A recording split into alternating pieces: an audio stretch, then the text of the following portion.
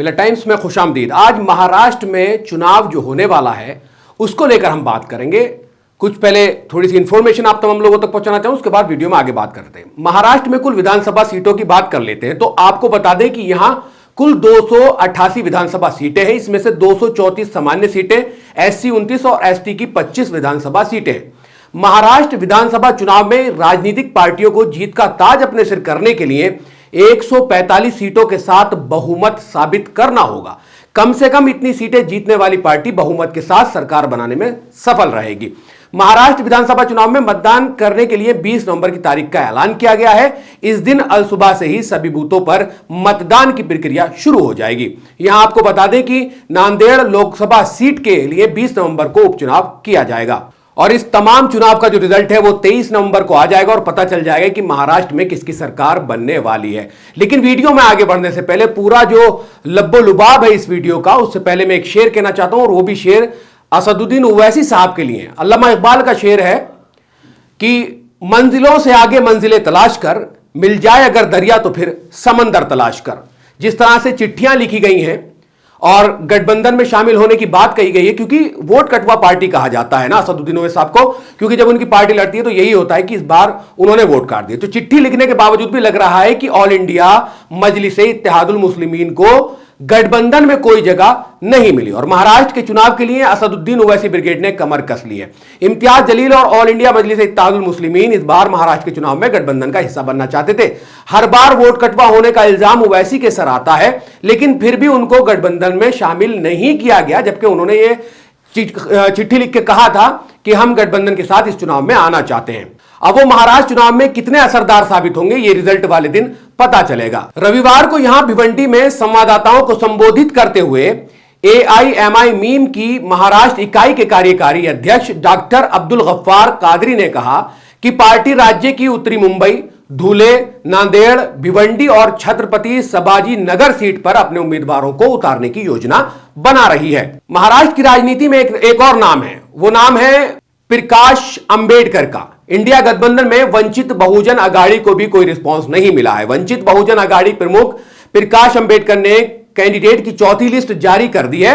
अब तक कुल 67 उम्मीदवारों के नाम की घोषणा हो चुकी है। महाराष्ट्र में अखिलेश यादव इंडिया गठबंधन में ठीक ठाक भागीदारी चाहते हैं। सपा ने 12 सीटों की डिमांड रखी है, जिसमें से 5 से 6 सीटें मिलने की उम्मीद है। सपा उन्हीं सीटों पर अपनी दावेदारी कर रही है जहां पर मुस्लिम वोटर बड़ी संख्या में है और ओवैसी की पार्टी का दबदबा रहा है। ऐसे में साफ है कि अखिलेश यादव यूपी का सियासी हिसाब ओवैसी से महाराष्ट्र में करना चाहते हैं। तो मीम के सियासी गढ़ में चुनौती देकर यह संदेश देना चाहते हैं कि मुस्लिम समुदाय ओवैसी पर नहीं बल्कि अखिलेश यादव पर भरोसा करता है। ऐसे में देखना है कि महाराष्ट्र के मुस्लिमों पर कौन कितना दम दिखा पाता है या कौन कितने वोट मुसलमानों के यहां ले पाता है। और ओवैसी और जो छोटी पार्टीज हैं वो गठबंधन को और बीजेपी को या स्पेशली इस गठबंधन को कितना नुकसान पहुंचाते हैं महाराष्ट्र के चुनाव में, क्योंकि इनको कोई जगह नहीं दी गई। महाराष्ट्र विधानसभा चुनाव में भाजपा ने 99 उम्मीदवारों के नाम की लिस्ट जारी कर दी है। इसके बाद कांग्रेस समेत अन्य पार्टी के उम्मीदवारों की सूची का इंतजार है। हाल ही में हरियाणा चुनाव में झटका झेलने और अपने अति आत्मविश्वास के लिए गठबंधन के सहयोगियों द्वारा कांग्रेस को दोषी ठहराया गया था। ऐसे में करीब 20 नवंबर को होने वाले महाराष्ट्र विधानसभा चुनाव में फूंक फूंक कर कदम रख रही है। दरअसल महाराष्ट्र विधानसभा चुनाव 2024 में महाविकास अघाड़ी में कांग्रेस, शिवसेना और एनसीपी के बीच अभी तक सीट शेयरिंग पर सहमति नहीं बन पाई है। मतलब यह तय नहीं हो पाया है कि महाराष्ट्र विधानसभा की कुल 288 सीटों में से कौन सी पार्टी कितनी सीटों पर चुनाव लड़ेगी। सीट शेयरिंग को लेकर कांग्रेस, एनसीपी व शिवसेना के नेताओं के बीच काफी समय से मंथन चल रहा है। रविवार को दिल्ली में कांग्रेस केंद्रीय चुनाव समिति की बैठक में भी सीट बंटवारे में कोई फैसला नहीं हो सका। वरिष्ठ नेता शरद पवार ने दोनों पार्टियों से बात करके रास्ता निकालने की कोशिश की। उम्मीद है कि सीट शेयरिंग तय करके आज या कल में कांग्रेस उम्मीदवारों की पहली सूची जारी कर सकती है। कांग्रेस ने संकेत दिया है कि वह हरियाणा विधानसभा चुनाव 2024 की गलतियां महाराष्ट्र विधानसभा चुनाव में नहीं दोहराना चाहती है। बीती रात सीटों के बंटवारे को फाइनल रूप देने के लिए दिल्ली में गृह मंत्री अमित शाह ने अहम बैठक की थी। यह बैठक करीब 2.5 घंटे चली थी। इस बैठक में महाराष्ट्र के मुख्यमंत्री एकनाथ शिंदे और दोनों डिप्टी सीएम अजीत पवार, देवेंद्र फडणवीस भी शामिल हुए। सूत्रों के मुताबिक ग्रैंड अलायंस के बीच सीटों के बंटवारे को लेकर 260 सीटों पर सहमति बन गई। 28 सीटों पर बीजेपी, शिवसेना और एनसीपी के बीच दावे प्रतिदावे का मामला अभी भी चल रहा है। जिन 260 सीटों पर सहमति बनी है उसमें बीजेपी के लिए 142, एकनाथ शिंदे की शिवसेना के लिए 66 तो अजीत पवार की एनसीपी के लिए 52 सीटें तय की जा चुकी हैं। बाकी बची हुई 28 सीटों पर अभी भी मंथन जारी है।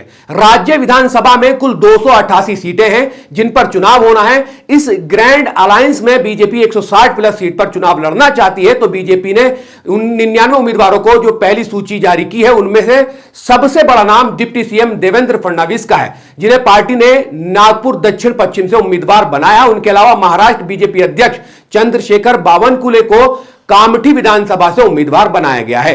बाकी और 97 लोगों के नाम हैं जिनके अलग अलग विधानसभाओं से जो है नाम घोषित कर दिए गए हैं और उनकी जो उम्मीदवारी थी, जो दावेदारी थी, उसको मजबूत कर दिया गया है उनके नाम की लिस्ट निकालकर।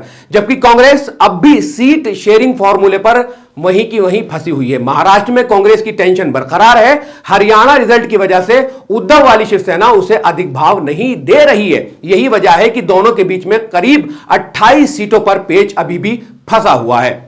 तो महाराष्ट्र में जो कुछ राजनीति में चल रहा है उसको लेकर आज इस वीडियो में हमने बात की है। और ये तमाम चीजें जो हो रही हैं, अब देखना यही है कि कांग्रेस को कितनी सीटें मिलती हैं, उद्धव ठाकरे खुद कितनी सीटें लेते हैं और उनकी जो तीसरी गठबंधन की पार्टी है उस पर कितनी सीटें जाती हैं। तो ये पेज जो है महाराष्ट्र में फंसा हुआ है। और असदुद्दीन ओवैसी हो या प्रकाश अंबेडकर हो, ये छोटी छोटी पार्टी जो है इस चुनाव में कितना असर जो है वो डालने वाली है। क्या मुसलमान असदुद्दीन ओवैसी का साथ देगा या फिर अखिलेश यादव ने जिस तरह से 12 सीटों की डिमांड रखी थी उनको 3 या 4 जो भी सीटें मिलेंगी, तो कहीं ना कहीं असदुद्दीन के उन मुसलमान जो वोटर है उनको काटने का अखिलेश यादव जो है मुंबई में काम करने वाले हैं। अगर आपको वीडियो पसंद आई है तो वीडियो को लाइक कर दे, शेयर कर दे और वीडियो पे कमेंट्स करके अपनी राय जरूर कायम करें। इस वीडियो में सिर्फ इतना ही। इंशाल्लाह फिर मुलाकात होगी। अल्लाह हाफिज। मिल्लत टाइम्स को जारी रखने और मजबूत बनाने के लिए हमारी आर्थिक सहायता कीजिए। ये एक आजाद मीडिया हाउस और कमजोरों की आवाज है।